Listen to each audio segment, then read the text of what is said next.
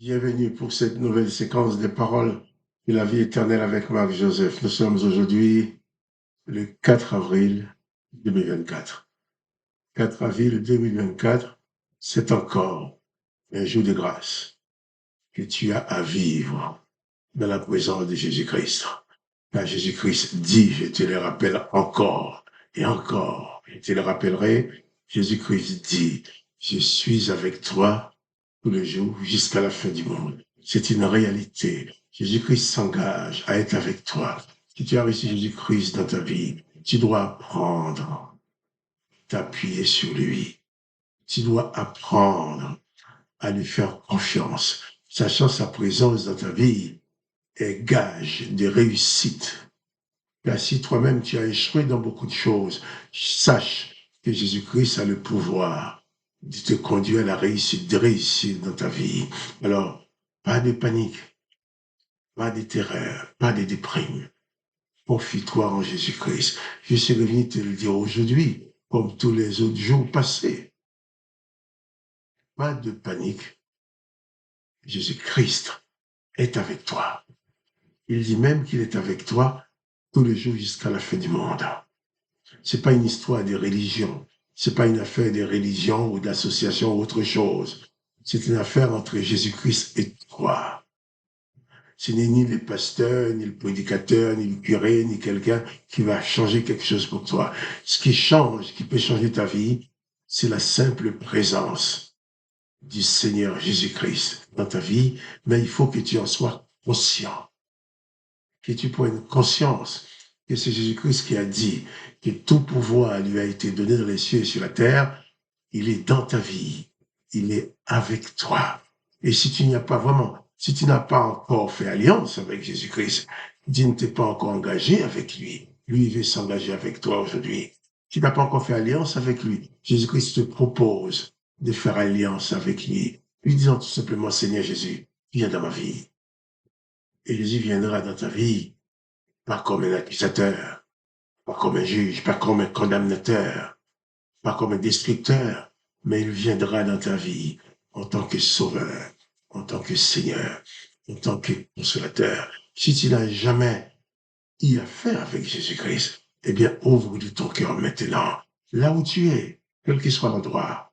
Tu n'as pas besoin d'être dans un bâtiment spécifique. Tu n'as pas besoin d'être dans une église, dans autre chose, dans l'édifice, non. Là où tu es, dans ta maison, dans ton jardin, dans ton lit, dis Seigneur Jésus, viens dans ma vie. Et il viendra. Et après, si tu as besoin de plus d'informations pour aller plus loin avec lui, écris-moi dans les commentaires. Je me ferai le plaisir de te répondre, de t'aider à avancer avec lui. C'est pas moi qui va te donner Jésus. C'est toi qui vas vers Jésus-Christ. Et lui, il va venir dans ta vie. Et ce qu'il va faire dans ta vie, moi, je ne peux pas le faire. Je ne peux que te montrer le chemin. Je ne peux que t'apporter mon témoignage personnel pour savoir ce que Jésus-Christ a fait dans ma vie, et ce qu'il fait chaque jour dans ma vie, et ce qu'il fait dans la vie de beaucoup d'autres. Donc, ouvre ton cœur à Jésus-Christ. Réalise qu'il s'est engagé à ne jamais t'abandonner. Réalise qu'il est la clé de toutes les victoires de ta vie. Oui, Jésus-Christ est la clé de toutes les victoires de ta vie. Donc, pas de panique. Confie-toi en Jésus-Christ. Installe-toi dans sa paix. Et que la paix de Jésus-Christ puisse remplir ta vie. Jésus-Christ lui a dit, je vous donne la paix, je vous laisse ma paix. Je ne vous la donne pas comme le monde donne. Et il ajoute que votre cœur ne se trouble, ne s'alarme point. Si tu réalises que Jésus-Christ est dans ta vie, tu as ici en toi la paix de Jésus-Christ, tu n'as plus aucune raison de t'alarmer, d'être troublé. Car Jésus-Christ est capable de tout faire pour toi. Et il veut le faire. Oui, de son amour pour toi. Si tu entends cette parole que je dis maintenant, si tu regardes cette vidéo, tu vas dire que peut-être c'est par hasard, tu es tombé dessus. Peut-être que quelqu'un l'a envoyé comme ça. Non, c'est pas seulement ça. Si tu écoutes ce que j'ai dit aujourd'hui, c'est que Jésus-Christ veut te parler. C'est que Dieu veut te déclarer son amour.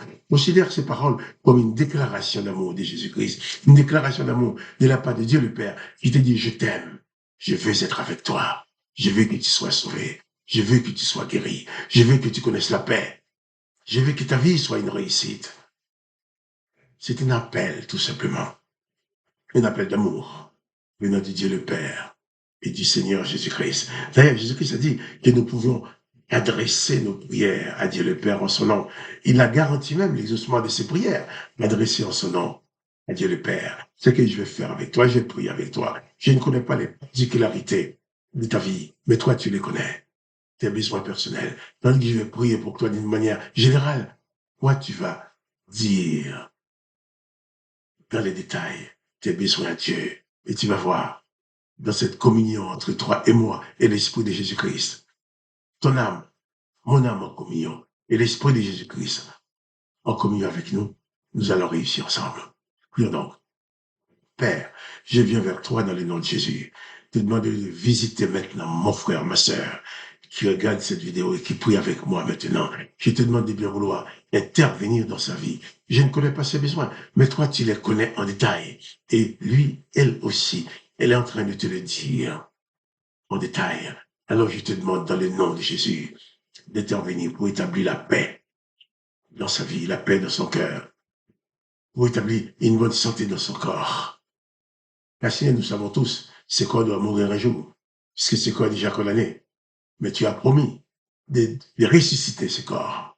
Alors, si même le corps doit mourir, elle peut mourir en bonne santé. Là, la maladie ne doit pas ronger nos vies, puisque tu es avec nous et tu es celui qui guérit. Alors, Papa, merci. Sois béni, sois glorifié, sois exalté. Reçois mes adorations, reçois mes louanges maintenant. Reçois nos louanges. Car mon frère et ma soeur qui prient avec moi te louent aussi. Nous nous unissons pour proclamer ta victoire dans toutes les dimensions de nos vies. Dans le nom du Seigneur Jésus-Christ. Amen. Amen. Crois à l'exaucement de ta prière que tu viens de présenter au Père dans le nom de Jésus-Christ.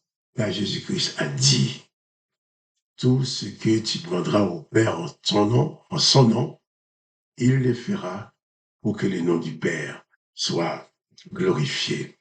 Je vais continuer à lire avec toi l'histoire de la crucifixion de Jésus. Nous sommes dans la semaine qui suit la semaine de Pâques. Nous avons commencé à lire durant la semaine de Pâques. Nous allons continuer jusqu'à l'histoire de la résurrection.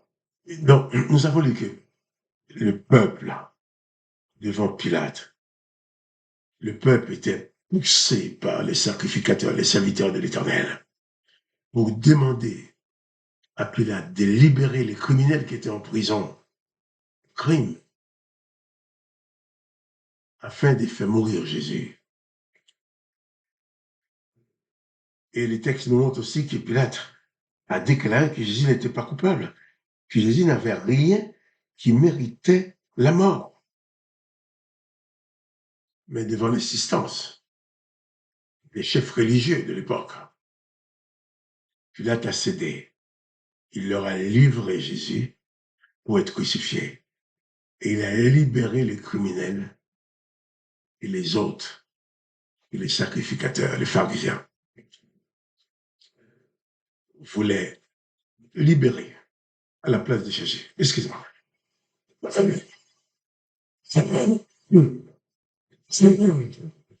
suis désolé.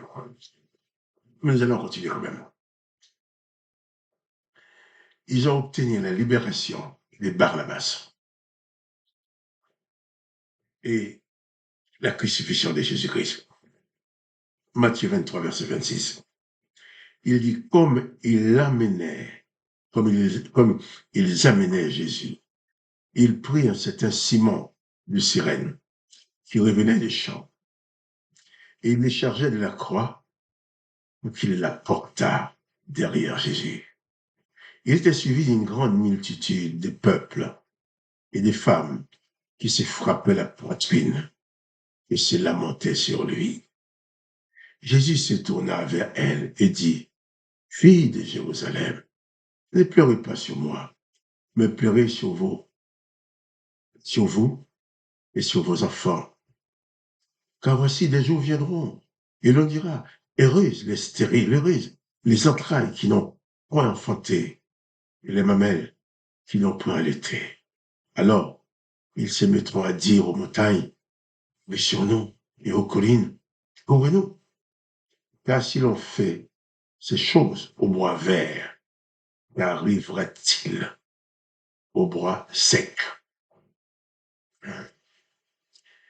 Les textes nous montrent que Pilate a livré Jésus et il était en train de conduire Jésus vers l'endroit qui était prévu pour crucifier les criminels.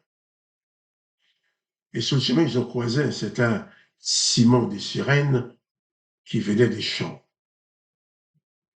Et certainement, Jésus étant extrêmement fatigué, ne pouvant plus vraiment, il n'avait plus d'énergie physique. Porter cette croix, ils ont attrapé Simon de Cyrène, ils l'ont obligé à porter la croix de Jésus.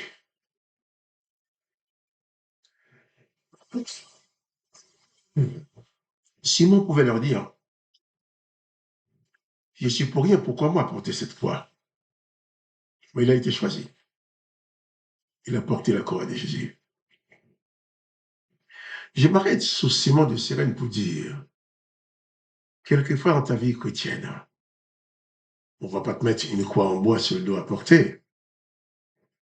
Mais il y a aujourd'hui dans le monde beaucoup de personnes qui portent la croix de Jésus. Le fait qu'il y a les noms de Jésus dans leur vie, il y en a qui sont persécutés. Il y en a qui sont mis à mort. Il y en a qui sont rejetés, maltraités. Il y en a même qui sont massacrés par leur propre famille seulement parce qu'ils croient en Jésus-Christ.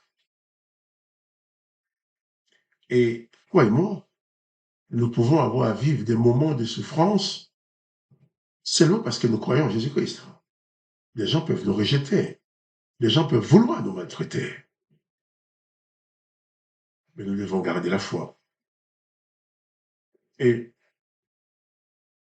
je pense que demain, nous allons revenir sur les autres versets du verset 27 là, que j'ai lu aussi.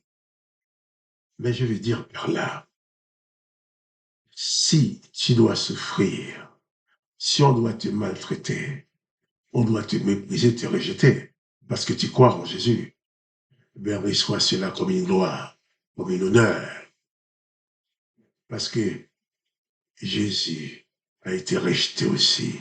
Jésus a été maltraité. Pourquoi? Parce qu'il voulait te sauver, parce qu'il voulait me sauver, parce qu'il voulait que nous ayons en nous les paroles de la vie éternelle, parce qu'il voulait que nous soyons libérés de toutes les condamnations que l'Éternel des armées avait placées sur l'humanité. Nous étions tous sous la condamnation. Nous naissions condamnés. Nous ne sommes pas condamnés après notre naissance, mais nous sommes condamnés avant la naissance. Puisque lorsque l'Éternel des armées a prononcé toutes les condamnations et la malédiction sur la terre entière, nous n'étions pas nés. Nous naissions dans la malédiction. Et Jésus est venu entrer dans cette dimension de malédiction pour nous en sortir. Et c'est à cause de cela que les serviteurs de l'Éternel l'ont mis à mort. Parce que Jésus est en train de contrer toutes les sources de malédiction que l'Éternel des armées avait mises sur la terre, dans la vie des hommes. L'exclusion à la vie éternelle, Jésus-Christ dit, celui qui croit en moi vivra éternellement. La mort physique, Jésus-Christ dit, je le ressusciterai. Mais c'était pas possible pour les serviteurs de l'Éternel. Alors ils ont obtenu que Jésus soit mis à mort. Et nous aussi, le fait que nous confessions notre foi en Jésus-Christ, certaines personnes peuvent nous mettre de côté, certaines personnes peuvent nous détester, certaines personnes peuvent ne pas vouloir être avec nous, peuvent vouloir même nous combattre. Et bien si ça t'arrive, dis-toi, tu es certainement en train de porter un petit morceau de la croix de Jésus. Simon de Cyrène a eu toute la croix sur le dos. Peut-être toi, de temps à autre, tu as un petit morceau à porter. Quelques heures de souffrance, quelques moments de mépris des autres, parce que tu crois en Jésus-Christ. Si on te maltraite parce que tu as fait du mal, parce que tu as volé, tu as tué, parce que tu as maltraité les autres, là, c'est pas pour Jésus. Mais si on te maltraite parce que tu as pratiqué la parole de Jésus-Christ, c'est une honneur. et participer à la souffrance de Jésus-Christ. Toutefois, Jésus-Christ a porté toutes nos souffrances. Il a voulu que nous soyons guéris, que nous soyons sauvés.